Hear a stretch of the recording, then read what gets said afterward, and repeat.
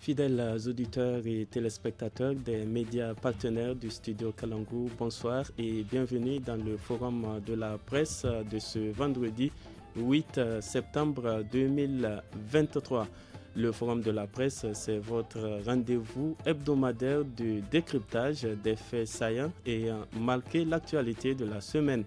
Et cette semaine, ces faits qui ont marqué l'actualité et qui ont retenu notre attention s'articulent autour de la conférence de presse animée lundi dernier par le Premier ministre de la Transition, Mohamed Ali Lamine Zen, s'est prononcé sur plusieurs questions qui concernent la vie de la nation et sur l'état actuel du Niger depuis la prise du pouvoir par le Conseil national pour la sauvegarde de la patrie, CNSP, le 26 juillet 2023. La réouverture de l'espace aérien et l'annonce par certains médias du retrait partiel des troupes françaises du Niger.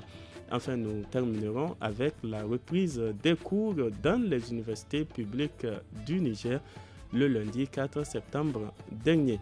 Et pour analyser tous ces sujets, j'ai le plaisir de recevoir comme invité nos confrères Maïmouna Gado, journaliste indépendante, Arimi Abbekiari, journaliste à la radio alternative, et Husseini Issa Jubo, journaliste indépendant également.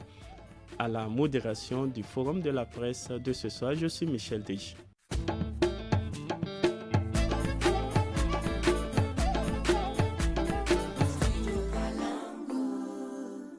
Le Premier ministre de la Transition était face à la presse nationale et internationale à Niamey lundi dernier.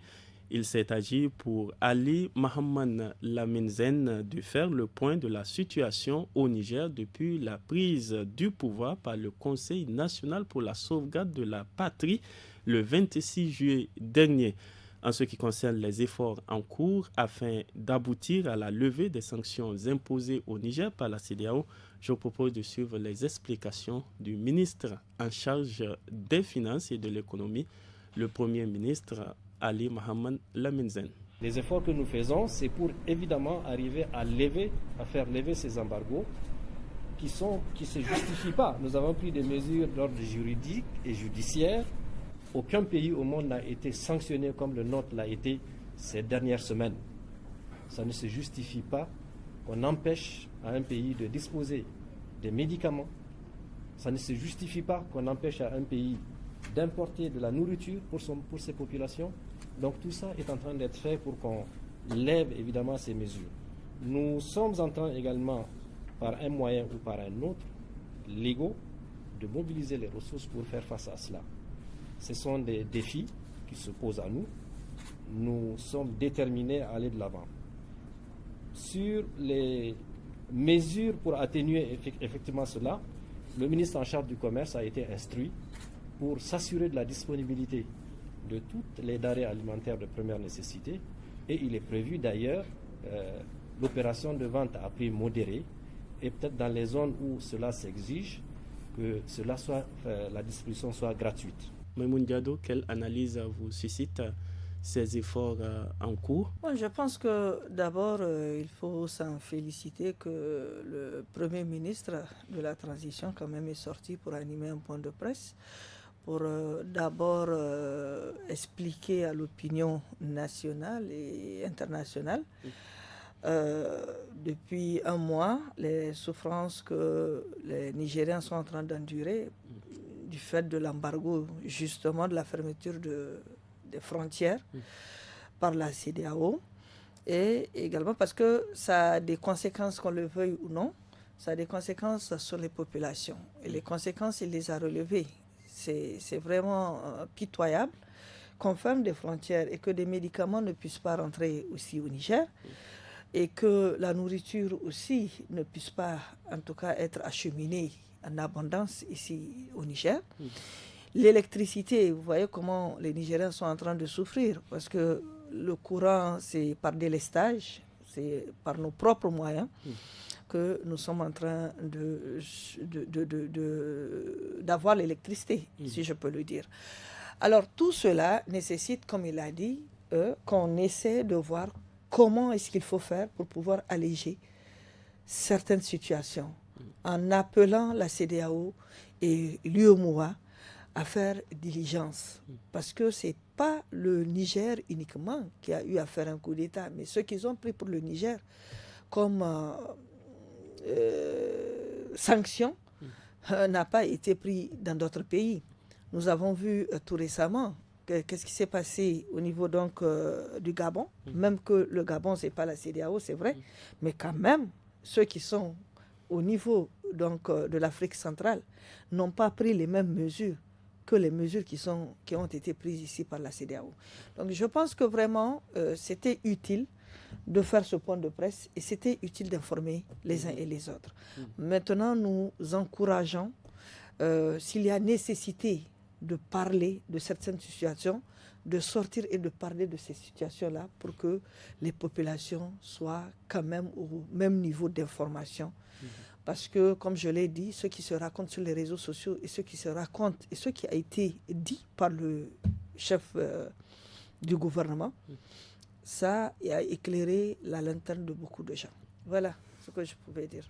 Merci beaucoup, Maïmouna Diado. Hussein Issa, quels sont les autres aspects importants abordés par le Premier ministre Mohamed Lamine Zen par rapport justement à la situation du pays après le coup d'État du 26 juillet 2023. D'abord, les sanctions économiques telles qu'il les a décrites, comme ailleurs, partout dans le monde, les gens ont décrit, on ne peut pas prendre de telles sanctions à l'encontre d'un pays qui est déjà dans une situation extrêmement difficile. Cette sanction-là affecte y compris les réfugiés, les déplacés internes et tout de ces pays-là. Aujourd'hui, y compris les migrants qui sont là, que nous abritons. C'est des sanctions qui les affectent avec beaucoup de ressortissants de la CEDEAO. Alors on comprend aisément quelque part que ce n'étaient pas des sanctions, c'était des sanctions qui ont été édictées, qui ont été inspirées par ceux-là qui sont dehors en train de s'agiter pour qu'on bombarde le Niger. Il a effectivement abordé cette question, mais il a fait comprendre que bon, dans tous les cas, la menace n'est pas écartée parce que la CEDEAO va jusqu'à dire on va venir menacer, on va venir frapper le Niger pour libérer Bazoum et le rétablir dans ses fonctions. On va voir, on attend. Il a expliqué que le gouvernement ne souhaite pas donc mais la guerre, ne souhaite. Mais si ça doit arriver, on va s'assumer. Il faut qu'ils se disent, si les gens qui sont dehors s'agitent pour penser que... Et le Premier ministre a dénoncé ces mesures. Mais justement, voilà, il y a cet aspect-là. Mais indépendamment de cet aspect, il y a également cette exigence forte des populations nigériennes. Il faut que l'armée française s'en aille. Il faut que l'ambassadeur, parce que c'est une question qui remet carrément en cause la souveraineté du Niger. Quand Macron se permet de dire on ne quitte pas parce qu'on ne connaît pas le régime. Mais ce n'est pas une affaire de régime, c'est une affaire d'État, n'est-ce pas? Cet aspect-là, c'est les Nigériens qui sont en train de les prendre en charge de manière efficace d'ailleurs, n'est-ce pas? Parce que les gens ne peuvent pas admettre qu'on est souverain ou on ne l'est pas.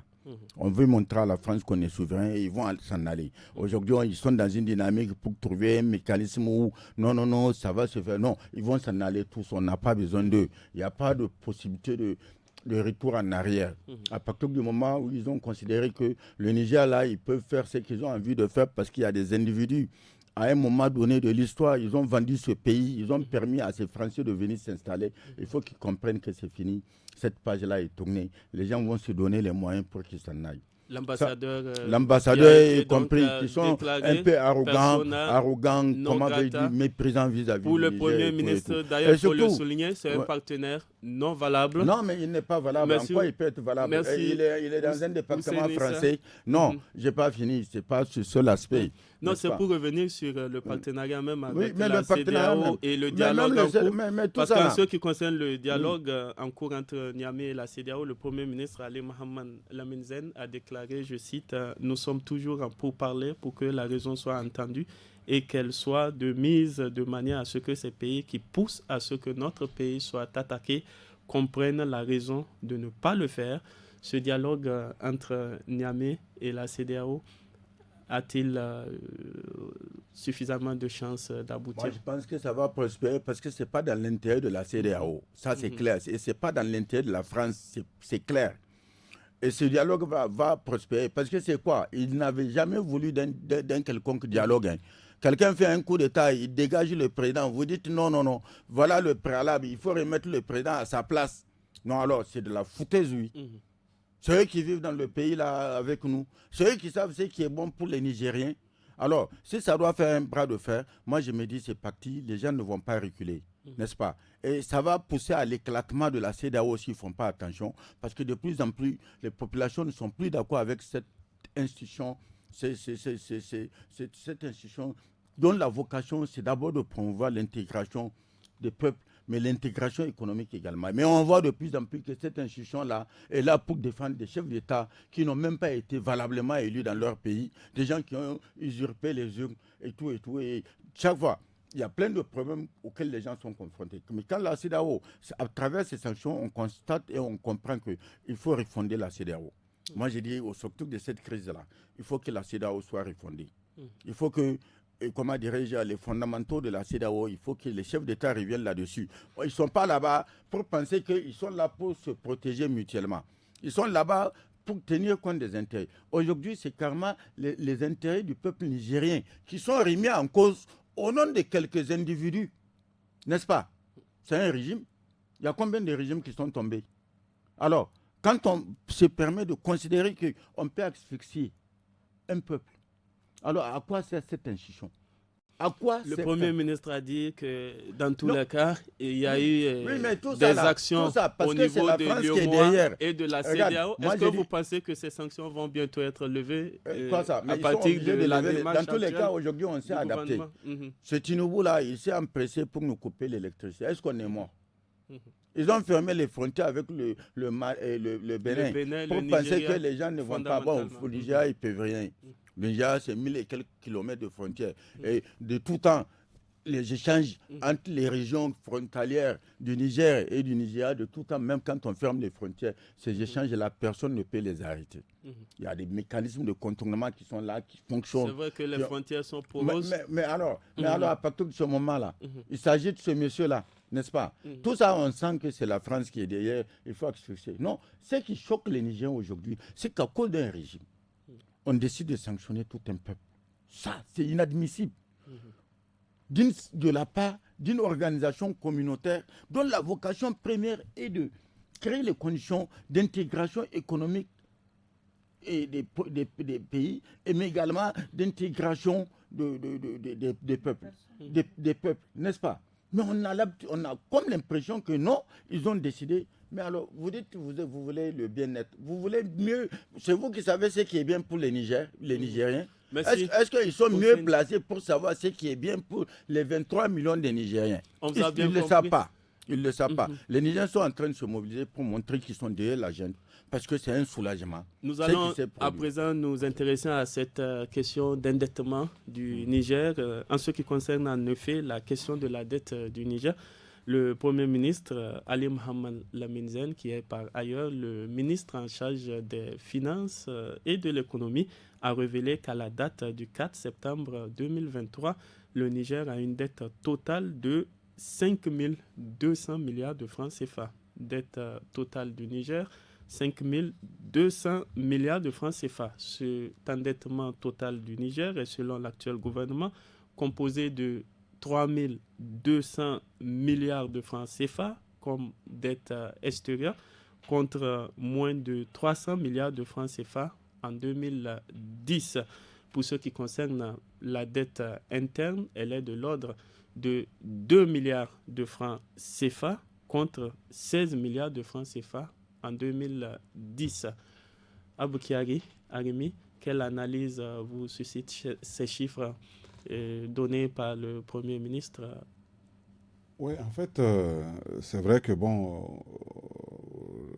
le grand public ne s'intéresse pas souvent à ces informations-là, mais c'est des choses qui ont été déjà révélées juste au moment où le président Issoufou s'en allait pour être remplacé par le président Bazoum, par les forums citoyens organisés par Alternative Espace Citoyen. C'était clair que déjà en 2020, on a atteint un niveau d'endettement et qu'on a alerté d'ailleurs au cours d'une des sessions budgétaires de la session budgétaire co-citoyenne de Alternative chaque année, en marge, je dirais, de la session budgétaire de l'Assemblée nationale. Alternative avait communiqué sur ces dettes-là, mais est-ce que le gouvernement... Bon, vous le savez, déjà, ce qui s'est passé en 2018, au moment où la loi des finances 2018 qui avait été jugée, voilà, en tout cas, voilà, injuste. Parce qu'ils avaient mis en place des mesures drastiques pour pouvoir lever des fonds au plan interne, n'est-ce pas, avec des impôts, de nouveaux impôts et tout ce qui s'ensuit. Or, ça n'a servi à rien, parce que là, on assiste à un endettement sans précédent. Sans commune mesure, le Niger n'a jamais atteint ce niveau. Vous avez entendu, en 2010, on était à 300 milliards. Aujourd'hui, on moins est... de 300 milliards. Moins de 300 milliards. Aujourd'hui, on est à 5200 milliards. On a multiplié par 4 la dette par tête de Nigériens. Ce qui est extrêmement grave, et c'est pour faire vraiment des travaux, je dirais, de prestige. Pour faire des travaux de prestige, parce que le réseau routier dans le pays, n'est-ce pas, c'est ces 2 dernières années que ça s'est amélioré. Sinon, la route Tawa, Agadez, Arlit est restée en l'état. C'est maintenant que ça a évolué sous le président Bazoum, on va le dire. C'est comme la route Dosso-Gaya, ça n'a évolué que vraiment ces 2 dernières années, et c'est maintenant que c'est fini. Autrement dit, donc, il y a eu des bâtiments. L'ancien régime a annoncé des grands chantiers dans le domaine pétrolier aussi. Oui, mais c'est de l'endettement. Il ne faut pas vivre. Parce qu'il y a un seuil, certainement qu'on n'a pas encore peut-être dépassé le seuil communautaire, lié au moins à ce seuil par rapport à tous les pays, par rapport au produit intérieur brut et tout ce qui s'ensuit. Mais l'endettement à outrance pour faire des grands travaux, qu'on connaît comment ça s'est terminé, parce que la corruption court quand même toute la rue aujourd'hui au Niger. Au moins, c'est ce sur quoi tous les Nigériens s'entendent aujourd'hui. Cet argent-là n'a pas réellement servi les Nigériens. Et c'est de là que... Si le 10 ans du président Tanja n'est pas arrivé, parce que, bon, le président Tanja, bien sûr, a bénéficié d'une remise de dette, les fonds populaires et autres, mais c'était pour ne pas encore retomber dans cet endettement, parce que j'ai examiné l'année dernière le budget 2022 qui s'est achevé. Le service de la dette est le coût le plus élevé de ce budget-là. C'est plus que l'armée, c'est plus que l'école, c'est plus que tout. On était autour de 400 milliards et quelques de dettes remboursées. Et vous savez, les dettes, le problème, c'est quand l'échéance arrive, on ne peut rien. Vous ne pouvez que payer.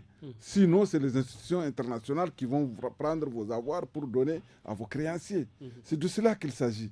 Et quand l'école coûte moins cher que la dette, quand la santé coûte moins cher que la dette, quand l'armée, parce que nous sommes dans une situation d'insécurité, coûte largement, malgré les détournements, les affaires MDM et tout, et nettement en deçà de la dette. Autrement dit, on était allé... C'est comme disent les spécialistes, les activistes de la dette. En fait, on nous donne l'argent pour pouvoir payer les dettes passées, mais continuer à s'endetter. Ça devient un cercle infernal où on ne peut pas s'en sortir.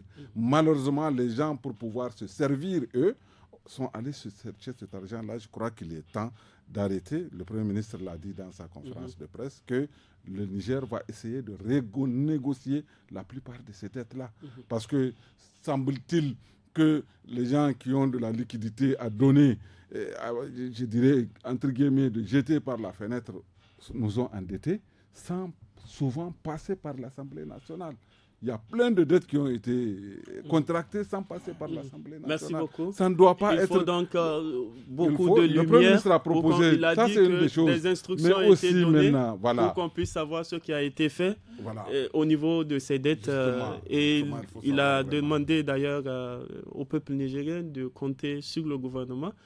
Maïmoun Diado, qu'est-ce que les populations attendent? Oui, Hussein, on va arriver à vous tout à l'heure. Maïmoun va dire. Oui, bien sûr.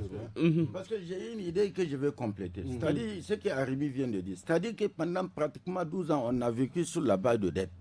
Alors que dans le même temps où Tanja a pu parvenir à ramener ça à 300 milliards, il y a une ressource supplémentaire additionnelle qui vient s'ajouter, le pétrole. Alors, qu'est-ce qu'on en a fait pendant toutes ces années? Les ressources internes qu'on mobilise, qu'est-ce qu'on en faisait? Avant, il n'y avait pas de pétrole naturellement. C'est beaucoup c'est plus avec le En régime de la qu'est-ce qu'on en a Renaissance. fait? Alors, Oui, Maïmoun Diado, qu'est-ce qui est attendu du côté des populations par rapport à cet endettement? Mais par rapport à cet endettement, c'est ce que Hussein est en train d'expliquer. Les populations ont soif de savoir réellement qu'est-ce qui a été en fait avec l'argent. Où est-ce que l'argent a été investi? Parce qu'on ne peut pas comprendre. Les populations ont besoin que le pouvoir en place fasse des audits pour voir réellement partout où est-ce que l'argent a passé, est-ce que ça a servi à quelque chose? Est-ce que ça a été investi convenablement? Est-ce que ça n'a pas été détourné parce qu'il y a de la corruption, comme on l'a dit tout à l'heure? Donc, l'argent, en tout cas, si c'est les Nigériens qui doivent payer la dette, je pense que les Nigériens ont le droit de savoir où est-ce que c'est parti. Certains s'amusent à calculer pour dire que s'il faut diviser, par exemple, 5 200 milliards de francs CFA par 25 millions de personnes, par exemple, ça va jusqu'à 200 000, un peu plus. Oui. Donc, si moi je dois le Premier payer... ministre a dit qu'il n'y aura pas de chasse aux sorcières, mais qu'est-ce qui est attendu concrètement? Qu'il y ait de l'impunité et qu'on puisse savoir où est parti l'argent, c'est ça. Ouais. Merci beaucoup, Maïmouna Diado. Mais il faut aussi ministère par ministère et ensuite prendre des mesures, comme il vient de le dire, pour que demain encore nous ne tombe pas dans cette situation-là. Cet aspect-là. Parce que c'est l'argent des Nigériens. C'est ça qui va peut-être réconcilier les Nigériens. On ne peut pas vouloir badiner avec ça. Les gens se sont amusés avec l'argent public. Mais oui, les gens se sont endettés ce pays-là. Un temps, avant le renversement du régime Bazoum, les gens allaient, toutes les fins de mois, les gens allaient sur le marché de l'UEMOA pour venir faire les salaires. Pendant qu'on prenait les impôts, pendant qu'on dédouanait, alors tout cet argent-là, ça veut dire que cet argent qu'on ramassait, l'uranium, le pétrole, ça va dans les poches. Il faut endetter pour faire fonctionner le pays. Ça ne va pas se passer comme ça. Ce que les Nigériens attendent, c'est la justice sociale. La Tout justice. cela, bien sûr. Merci. Et qu'il faut faire ça de manière... Vous êtes unanime à ce sujet, on vous a bien compris. Merci beaucoup. Nous Nous passons à présent au deuxième sujet du forum de la presse de ce soir. Les autorités nigériennes ont annoncé dimanche la réouverture de l'espace aérien national pour les vols civils et commerciaux. Pour rappel, l'espace aérien du Niger est fermé depuis le 6 août 2023 par le Conseil national pour la sauvegarde de la patrie face à ce qu'il appelle une menace d'invasion militaire à partir des pays voisins suite au coup d'État militaire du 26 juillet 2023. Toutefois, cette décision ne s'applique pas aux vols militaires et autres vols spéciaux qui, eux, sont soumis à l'autorisation des autorités compétentes selon le gouvernement. Aboukiari, Arimi, que faut-il comprendre de cette nouvelle décision prise par le régime militaire qui gouverne en ce moment? Bien sûr que la fermeture des frontières terrestres et aériennes ne saurait encore durer. Ça, c'est normal. Et c'est dans l'intérêt des Nigériens que les vols vraiment continuent, que Niamey soit, la desserte de Niamey continue. Cependant, les vols militaires, ils ont dit qu'ils doivent cesser de venir, en tout cas qu'ils doivent faire l'objet d'une autorisation spécifique, spéciale. Tout ça, vraiment, je trouve que, parce qu'il y a l'épée de Damoclès qui est là en train de planer sur la tête du Niger, encore, ce n'est pas fini. Le danger, le danger de l'intervention pour soi-disant vraiment restaurer, quoi, je ne sais pas. Et ça, on a vu ce qui s'est passé au Mali. Aujourd'hui, on n'en parle pas trop, mais au vu de ce qui s'est passé chez nous récemment, tout laisse à croire que les militaires ivoiriens qui étaient au Mali et que les Maliens ont arrêté pendant plusieurs semaines, soi-disant qu'ils étaient venus pour les attaquer. Les gens avaient raison apparemment. 49. Voilà, les gens avaient raison. Et donc c'est pour vraiment éviter de telles déconvenues, parce qu'au niveau des frontières terrestres, il y a un contrôle extraordinaire qui est fait. Au niveau de la ville de Niamey, la population prend en charge un certain nombre de choses. Et donc, bien sûr, c'est des généraux, je le disais une fois, ils ont été dans des grandes écoles de guerre. Ils savent certaines interventions, comment ça peut se faire. Et c'est vraiment de leur droit de dire que voilà ce qui ne va pas venir pour qu'on ne soit pas surpris. Je crois que c'est dans ce cadre qu'ils ont pris ces mesures-là. Maintenant, la rouverture, est-ce que c'est à saluer de votre point de vue? Moi, j'ai un collègue qui a fait 40 jours à l'extérieur. Le coup d'État est intervenu la veille de son arrivée à Niamey, et il est resté 40 jours à l'extérieur parce qu'il n'y avait pas de vol pour Niamey. Et il y a plein de choses. Tantôt, on parlait des produits pharmaceutiques. Il y en a qui nous parviennent par l'aéroport. Mais aussi, il y a des malades qui sont évacués. La desserte de Niamey, c'est quelque chose d'extrêmement important. Même l'interdiction des autres vols, c'est parce qu'on est dans une situation où il y en a qui nous dérangent. Ils ne nous laissent pas vraiment dormir tranquillement, et c'est pour prendre des mesures d'adaptation. Sinon, je pense que l'aéroport, c'est fait pour ça, c'est extrême. Parce que c'est un peu vivre en autarcie que de ne pas avoir un aéroport qui marche, des aéroports qui marchent dans un pays. Je trouve que c'est une très très bonne décision, et c'est même un geste, je dirais, vraiment d'assouplissement, comment on dit, vraiment d'ouverture des généraux, vraiment, que de dire que l'aéroport c'est ouvert, mais on peut venir et partir de Niamey comme on veut. Je pense que c'est une très bonne chose. Merci. Il y a déjà plusieurs survols du territoire national, donc Air France a officiellement annoncé qu'il survole déjà le territoire nigérien, mais il n'y a pas encore de desserte pour le moment. Les choses vont donc pouvoir se réorganiser certainement dans les jours et semaines à venir. Et toujours dans le domaine sécuritaire, oui, puisque beaucoup passent même par Niamey avant d'aller, par exemple, dans certaines zones comme Ouaga, comme dans beaucoup d'autres pays. En fait, il faut survoler le territoire nigérien. Et dans le même registre, il faut souligner que des informations relayées par plusieurs médias occidentaux font état de discussions en cours actuellement entre les militaires français et nigériens pour un retrait partiel des troupes françaises du Niger. Des pourparlers dirigés par l'état-major des forces françaises installées au Tchad sous le commandement du général de division Éric Ozatz se concentrent sur le rapatriement de certains équipements sensibles comme les avions Mirage 2000, les drones Reaper et certains hélicoptères. Les mêmes sources indiquent que ces discussions sont pour le moment limitées au niveau local et ne représentent pas un dialogue entre les gouvernements de Paris et de Niamey. De quoi s'agit-il réellement?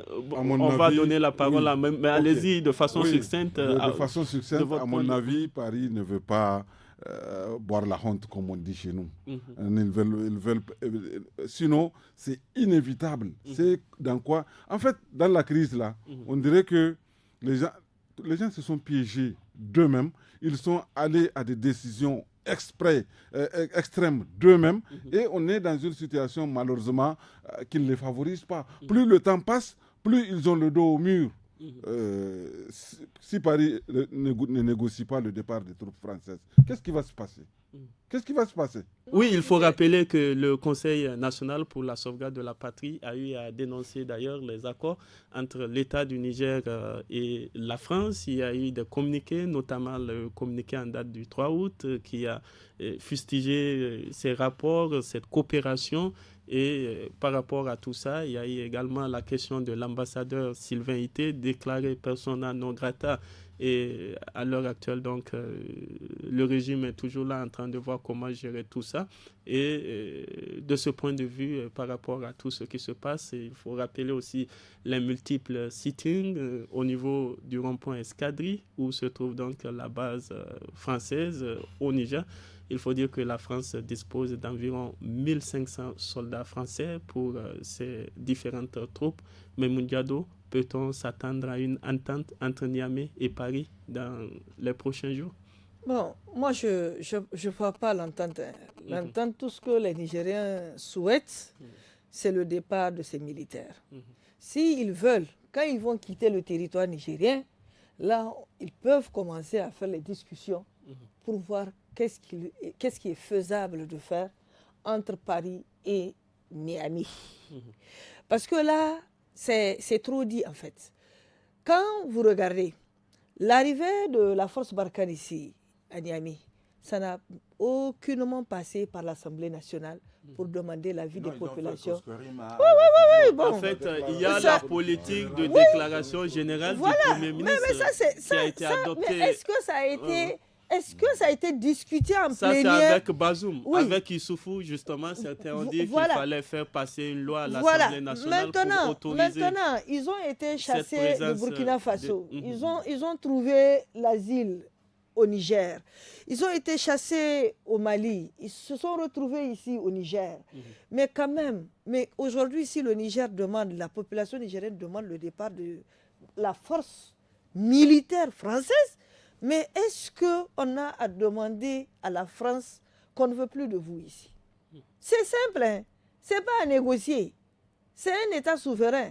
Le Niger a en tout cas le droit de prendre qui il veut sur son territoire, d'accepter qui il veut sur son territoire. Merci beaucoup. Et de ne pas si on vous comprend, Paris n'a pas à dire que le gouvernement actuel n'est pas légitime ou que le régime n'est pas légitime. On a demandé la révision, en tout cas, de tout ce qui concerne la défense, l'armée entre le Niger et la France.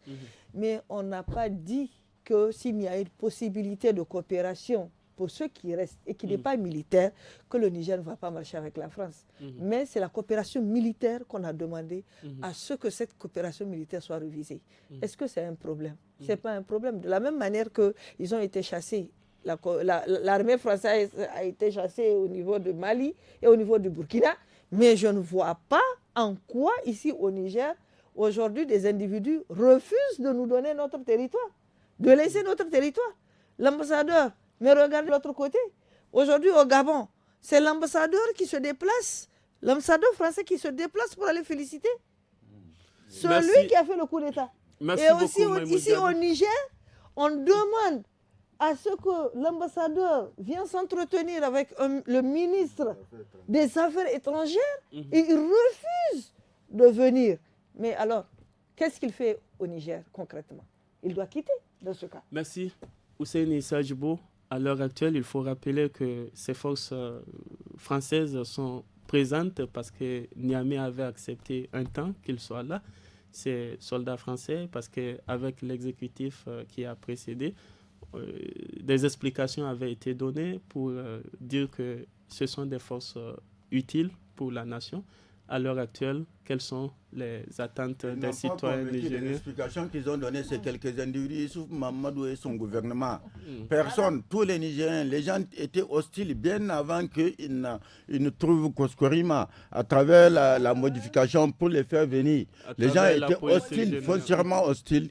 Les gens n'ont jamais voulu. Et si on doit faire un peu l'historique, quand il y a eu la base projetée, la base aérienne projetée, ils avaient dit que non, c'est un soutien logistique pour pouvoir permettre de ravitailler les militaires qui étaient au Mali, n'est-ce pas?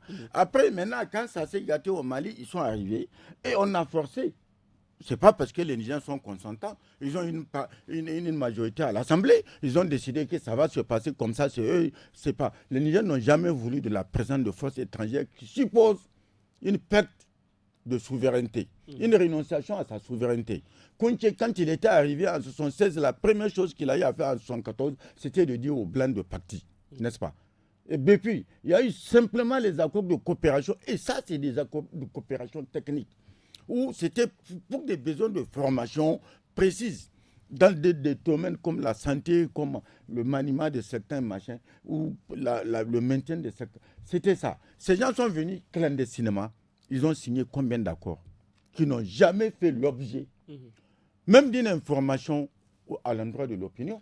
Merci Hussein Issa. C'est le compactement de Macron et de sa colonna, ou comment il s'appelle. C'est ça qui a poussé les militaires à sortir pour dire... La ministre chargée des Affaires étrangères. D'abord, parce que vous ne pouvez pas dire, vous n'avez pas signé avec un régime. Ce n'est pas avec un régime on signe. Y compris en France, les intellectuels sortent pour dire, c'est avec un État qu'on signe.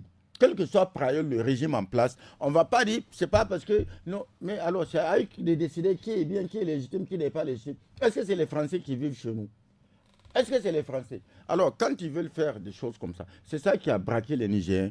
Et je pense qu'il n'y a pas de possibilité de vouloir dire, bon, voilà comment on va faire. Non, ils vont partir. Ils n'ont qu'à aller avec leur matériel et tout et tout. Aujourd'hui, la donne a changé. Allez demander dans la région de Tillabéri. Si vous demandez aux gens, ils vont vous dire, voilà comment la lutte contre le terrorisme est en train d'être menée de manière efficace aujourd'hui. Comme ça s'est fait au Mali, de comme votre ça point s'est fait de au vue, Burkina. il y a donc une amélioration de la Net, situation sécuritaire nette, vous précisez, je le dis. par rapport à la situation je le dis sécuritaire. parce qu'aujourd'hui, c'est l'armée qui est à l'offensive. Et aujourd'hui, on a mis... Non, c'est l'armée à l'offensive. Merci. C'était alors que l'armée, à l'époque, a été à la défensive. Il pouvait y avoir une attaque dans un village à 10 km. Il y a un poste militaire, il ne peut pas se déplacer. Merci, on vous a bien compris. Nous allons terminer le forum de la presse de ce soir avec la rentrée officielle au niveau des universités publiques du Niger.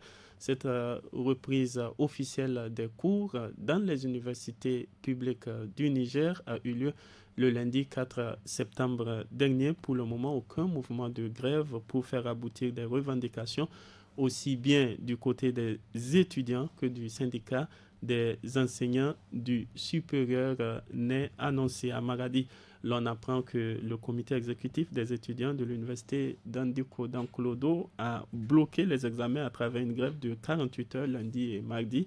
Une grève pour permettre aux autres étudiants qui ne sont pas encore à Maradi de ne pas rater les examens qui sont cruciaux pour plusieurs d'entre eux, a expliqué le secrétaire général de la structure, Abdou Adamou, au micro de Studio Kalangu. Aboukiari Arimi, qu'est-ce qui fait la particularité de cette reprise des cours au niveau des universités publiques du Niger cette année? C'est une entrée normalement, c'est ce qui est, c'est ce à quoi tout le monde s'attendait plus ou moins. Voilà, c'est en septembre que pour la deuxième. Bon, depuis plusieurs années, ce n'est plus même la deuxième session. On permet aux étudiants d'avoir un mois et à leurs enseignants d'avoir un mois de repos et puis de reprendre avant de finaliser les cours, puis faire les examens et puis entamer la prochaine année. Ce qui fait que les années se chevauchaient. Mais qu'il y ait une entrée universitaire, déjà c'est une très bonne chose parce que là aussi le Premier ministre dans sa conférence de presse, il est revenu, il dit que toutes les dispositions sont en train d'être prises. Bon, pour les étudiants, ce n'est pas si compliqué que ça. S'ils ont des arriérés de bourse, c'est de les payer, n'est-ce pas? Et puis bon, ils ont toujours des plateformes revendicatives qu'il faut regarder, engager les négociations et ce qui s'ensuit. Bon, c'est vrai qu'il y a des enseignants aussi qui ont été inquiétés depuis la venue du général Tchani à la tête de l'État. Mais je crois que le véritable challenge, vraiment pour ce pouvoir qui vient de s'installer, c'est la rentrée scolaire vraiment au niveau des lycées, collèges et du primaire. Parce que chaque année, des dispositions sont prises en fin d'année. Et malheureusement, on peut dire que c'est en fin d'année que le coup d'État est intervenu. En fin d'année scolaire, je veux dire. Et c'est le 26 juillet. Est-ce que tout s'est poursuivi comme prévu, comme programmé par l'autre gouvernement, ou bien dès qu'elle est arrivée, la ministre Chérif Elisabeth Chérif s'en est attaqué directement à cet aspect de la chose. C'est de cela qu'il s'agit. Ceux qui sont dans le privé, n'est-ce pas, chacun a commencé à payer son avance et tout, les enfants vont rentrer. Mais l'écrasante majorité est dans le public encore. C'est à Niamey que, bon, il peut y avoir un petit ballottage entre le public et le privé. Parce qu'il y en a qui ont assez de tout moyens. Le monde a opté. Mais il y a des localités où vraiment c'est l'école publique. Il n'y a même pas l'école privée à plus forte raison. Il y a beaucoup plus de force. Mais si on vous a bien compris, en tout cas, on dit que l'État est une continuité. On a vu au niveau des universités publiques qu'il y a eu récemment une réception de bus acquis aux frais de l'État. Donc, Maïmoun Diado, que peut faire le gouvernement actuel pour réussir à asseoir ce climat de confiance et avoir une bonne stabilité pour cette rentrée académique 2023-2024 au niveau de toutes les universités publiques du Niger, mais également en ce qui concerne les préparatifs de la prochaine rentrée scolaire. Les points ont été relevés et soulevés par Arémi par rapport justement aux préparatifs de la rentrée scolaire. Parce que pour faire une rentrée scolaire, il faut d'abord passer par les préparatifs. Il faut d'abord échanger avec les enseignants, faire des rencontres pour voir qu'est-ce qui ne va pas, qu'est-ce qu'il faut améliorer et dans quelles conditions ils peuvent améliorer. Je pense que c'est les enseignants, les syndicats de ces différents enseignants ont quand même des plateformes revendicatives. Les plateformes revendicatives, c'est de discuter également sur ces plateformes revendicatives pour voir qu'est-ce qu'il faut retenir, qu'est-ce qu'il faut améliorer et qu'est-ce qui peut être mis de côté pour l'instant pour qu'on puisse aller vers une rentrée scolaire qui n'est pas politique. Parce que, en fait, c'est ça. On fait une rentrée scolaire qui est politique alors que les conditions ne sont pas réunies pour faire cette rentrée scolaire. Si, aujourd'hui, l'État pense qu'il ne peut pas, il n'est pas à mesure de faire une rentrée scolaire le 2 octobre, c'est de prendre les décisions pour que la rentrée se fasse avant mi-octobre. Même si ce n'est pas 2 octobre, quand même, ils peuvent au moins se donner une semaine de relancer et de voir, d'ajuster les problèmes. Et il faut également que l'État tienne compte, que les nouvelles autorités tiennent compte de la situation des écoles fermées dans beaucoup de régions. Ça veut dire que les écoles qui sont fermées au niveau de Tillabéri, au niveau du DIFA, de voir la situation de ces écoles-là, de voir également la situation des enseignants qui sont affectés dans les zones d'insécurité. Parce qu'aujourd'hui, il y a des enseignants qui sont affectés dans des zones d'insécurité, mais qui, de force par rapport à cette insécurité, n'ont pas pu rejoindre leur poste pour pouvoir aller donner des cours, dispenser les cours. Donc, c'est des questions qu'il faut revoir. Il faut prendre région par région les difficultés pour une bonne reprise de l'école. Donc, région par région, regardez, la situation de Tillabéri ne peut pas être la même situation aujourd'hui de Zender ou la même situation de Dosso. Donc, c'est par région et en collaboration avec tous les enseignants, en collaboration avec les syndicats des enseignants, qu'on peut arriver, en tout cas, à faire une bonne rentrée scolaire. Voilà ce que moi j'ai à dire. Ousseini Sadjibo. On est dans un contexte particulier, le changement de régime, avec tout ce qu'on connaît comme sanctions, comme difficulté de pouvoir, pour l'État, de pouvoir trouver de l'argent. Ils ont promis que la rentrée va avoir lieu. Des dispositions ont été prises sur la base des ressources mobilisées à l'interne pour créer les conditions pour que la rentrée puisse avoir lieu. Moi, je dis il ne faut pas vouloir tenir rigueur pour dire que forcément, dès le départ, moi, je dis ça doit se faire de manière progressive. C'est-à-dire en fonction de ce qu'on peut faire et les problèmes qui se posent ici et là, pour pouvoir faire. Moi, je ne vais pas l'obtenir rigueur. On est dans un contexte quelque part particulier. Même quand le contexte était normal, ces gens passaient tout leur temps à prendre de l'argent pour faire des choses. Aujourd'hui, on est dans un contexte où il n'est même plus possible de trouver l'argent dehors. C'est à l'interne que ça se joue. Et l'argent qu'ils ont trouvé, ce qu'on a comme réserve dehors, ils ont dit que ça ne rentre pas. Alors moi, je me dis, ils ont promis, il y a des dispositions, c'est que le Premier ministre a dit, pour que la rentrée puisse s'effectuer. Mais je me dis, de tout temps, pendant des décennies aujourd'hui, la rentrée n'est jamais totalement effective dès le premier jour de la rentrée. N'est-ce pas? C'est toujours de manière... On sait tout cela, mais il faut quand même sauver l'année. Oui, parce que ce serait un grand gâchis, puisque quand on perd une seule année scolaire, c'est comme si on a perdu plusieurs... On va pas. Moi, je ne pense pas qu'on va sauver, qu'on va perdre l'année. Moi, je n'ai aucune... Je me dis... Et qu'est-ce qu'il y a lieu de faire pour avoir le minimum, en fait, pour avoir en tout cas une rentrée? Ils ont dit que les dispositions étaient prises, en bonne et due forme, et que l'année soit stable. Oui. Mais maintenant, du point de vue de la mise en place du matériel, des manuels, des cahiers et autres, des fournitures scolaires, on ne sait pas, parce que vous savez, c'est... Voilà, c'est quelque part, c'est en juillet, fin juillet pratiquement que le coup d'État est intervenu. Et d'habitude, les préparatifs de la rentrée scolaire commencent dès juin. Souvent, même avant juin, on commence ça veut dire qu'il y a déjà un dispositif qui était là quand le coup d'État est intervenu.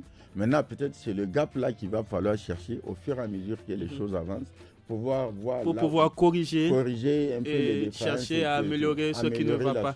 Merci, on vous a bien compris. Merci beaucoup, Hussein Issa Djibo. Et c'est ici que se referme ce forum de la presse du studio Kalangu de ce vendredi 8 septembre 2023.